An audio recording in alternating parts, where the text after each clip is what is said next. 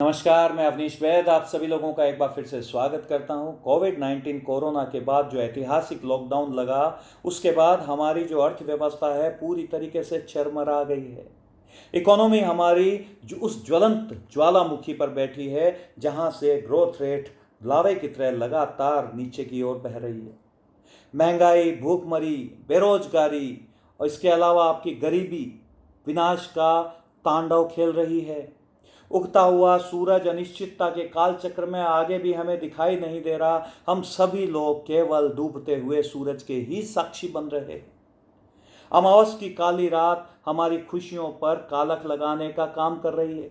Economy ventilator पर चली गई है। हमारी जो ग्रोथ रेट है वो आईसीयू पे है।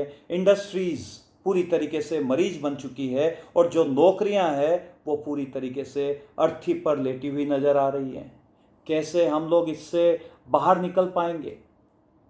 बिजली किराया, ईएमआई, लोगों की सैलरियां, हमारे उधार, हमारा रॉ मटेरियल, सभी को सैनिटाइज करना, मतलब इतनी सारी प्रॉब्लम है। उससे हम लोग आगे किस तरीके से निकल पाएंगे ये समझना बहुत ही मुश्किल हो चुका है।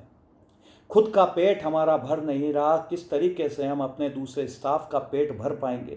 हम अपनी प्रॉब्लम से नहीं निकल पा रहे, उसके बाद कैसे हम दूसरों को उनकी प्रॉब्लम से निजात दिला पाएंगे? बड़ा अजीब सा सवाल हो गया है। इसके बीच में एक प्रश्न उठता है कि क्या जो 22 मार्च से लेकर 3 मई तक का लॉकडाउन हुआ है, उसके बीच के अंदर जो स्टाफ है हमारा, उनको क्या सैलरी देनी चाहिए? यदि वो काम पर नहीं आए, यदि हमने कमाया नहीं है, तो किस तरीके से हम उनको सैलरी देवें? मतलब ये सारी की सारी जो प्रॉब्लम्स है, ये कोड में खाज का काम कर रही है। खुद का जब पेट नहीं भर पाता, हम कैसे दूसरों का पेट भर पाएंगे?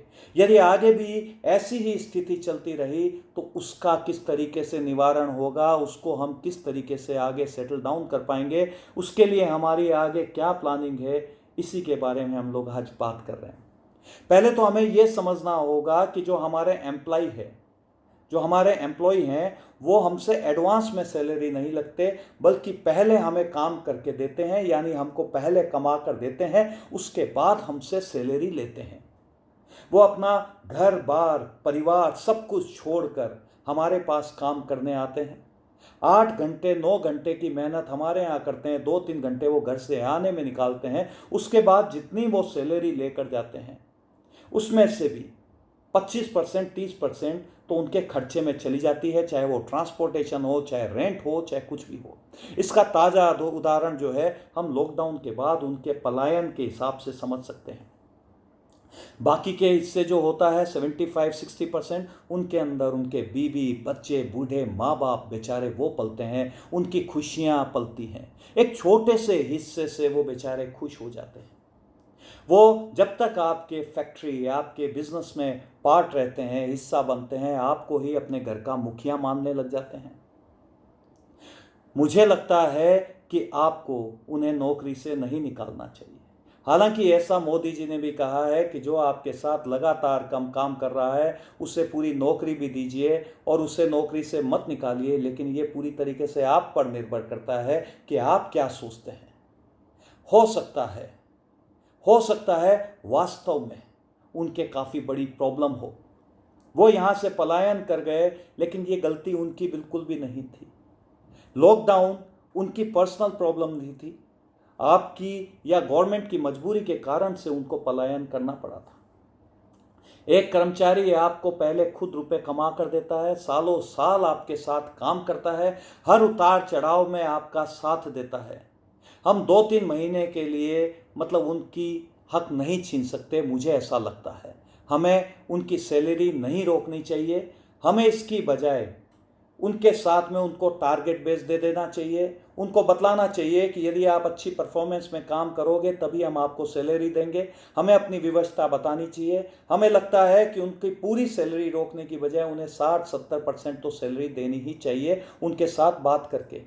हाँ, भविष्य के लिए हम लोग बोल सकते हैं कि हम भविष्य के अंदर जब तक ये कोरोना का इफेक्ट रहेगा तब तक सैलरी नहीं बढ़ाएंगे, या हम फ्यूचर के अंदर आपको बोनस नहीं देंगे, लेकिन आज दिन तक जो उन्होंने 11 महीने काम किया है उसके लिए तो हमें उनको जो बोनस है वो भी देना चाहिए।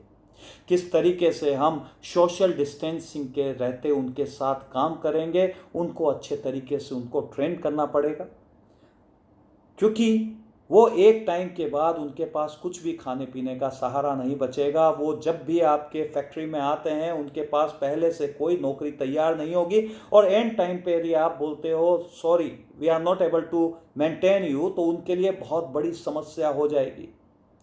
इसके लिए हम लोगों को खुद चिंता करनी होगी कि जिस व्यक्ति ने हमको इतने सालों तक कमा कर दिया है, जिसने हमारी हर बात मानी है, हम अपने ऑफिस बाद में पहुंचे हैं लेकिन वो हमें हमेशा अपने ऑफिस में पहले खड़ा हुआ नजर आया है, तो मुझे लगता है कि उसका पेट भरने का पालन हमको करना चाहिए। उस बेचारे ने या उसके परिवार ने या उसके बच्चों ने या उसके बूढ़े माँ बाप ने कोई गुनाह नहीं किया, उन्होंने जानबूझकर आपके यहाँ से पलायन नहीं किया है।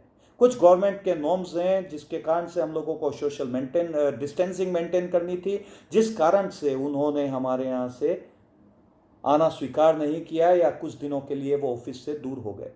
यकीनन हम खुद इस पेंडेमिक है उसके भंवर में पूरी तरीके से उलझे हुए हैं।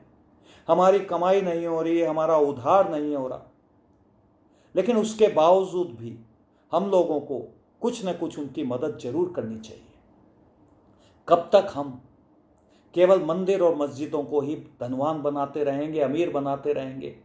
उससे बेहतर है हमारे यहाँ पर जो काम कर रहे थे उनके बच्चों को, उनको और उनके परिवार को हम रोटी देकर और महादानी बन जाएं, धर्म करें, क्योंकि हम केवल एक जने से निवाला नहीं ढूंढ रहे हैं बल्कि उनके पूरे परिवार की खुशियाँ ढूंढ लेंगे। इसलिए मुझे लगता है कि हमें इसके लिए ज़रूर 2 कदम आगे बढ़ाकर उनकी मदद करनी चाहिए और उनको इस बुरे वक्त के ऊपर उनका हाथ पकड़कर उन्हें ऊपर खींचना चाहिए। गरीबों के बच्चे भी खाना खा सके त्योहारों में, इसलिए भगवान खुद बिक जाते हैं बाजारों में। तो इसी भावना के ऊपर हमें काम करना चाहिए, क्योंकि आज का जो समय है वास्तविकता में मदद करने का समय है। हमें खुद को भी इस पैंडेमिक से ऊपर निकलना है और हमारे वो जो सहयोगी हैं उनको भी हाथ पकड़ के ऊपर लेकर आना है, क्योंकि एक टाइम जिस समय हम अपना बिजनेस शुरू करेंगे फिर से, उस समय हमें उनकी सहयोग की ज़रूरत पड़ेगी। यदि इस समय हम उनका सहयोग करेंगे तो definitely they will cooperate you. अगर हम उनका सहयोग करते हैं इसका मतलब ईश्वर भी ऊपर देखकर हमें बरकत देगा, हमारी उन्नति में साधक बनेगा। यदि आपको मेरा ये वीडियो समझ आया हो तो प्लीज़ मैं आपसे निवेदन करता हूँ कि इसे ज़्यादा से ज़्यादा लोगों तक पहुँचाएं। उन गरीब जो लोग हैं, जो आपके कर्मचारी थे, उनकी ज़्यादा से ज़्यादा मदद करवाने की कोशिश करें। प्लीज़ इसे लाइक कीजिए, इसे शेयर कीजिए और इसे ज़्यादा से ज़्यादा एक दूसरे को शेयर कीजिए। यदि आपको मेरा ये वीडियो पसंद आया है और आप मेरे इस तरह के वीडियो और भी देखना चाहते हैं तो प्लीज़ यहाँ पर AVNISH अवनीश BAID बैद यानी अवनीश बैद टाइप कीजिए। आपको मेरे काफ़ी सारे और भी वीडियो यहाँ पर नज़र आएंगे। प्लीज़ अपना ध्यान रखिए, क्योंकि दुनिया के लिए सिर्फ आप एक शख्स हैं लेकिन अपनों के लिए आप पूरी दुनिया है। Thank you.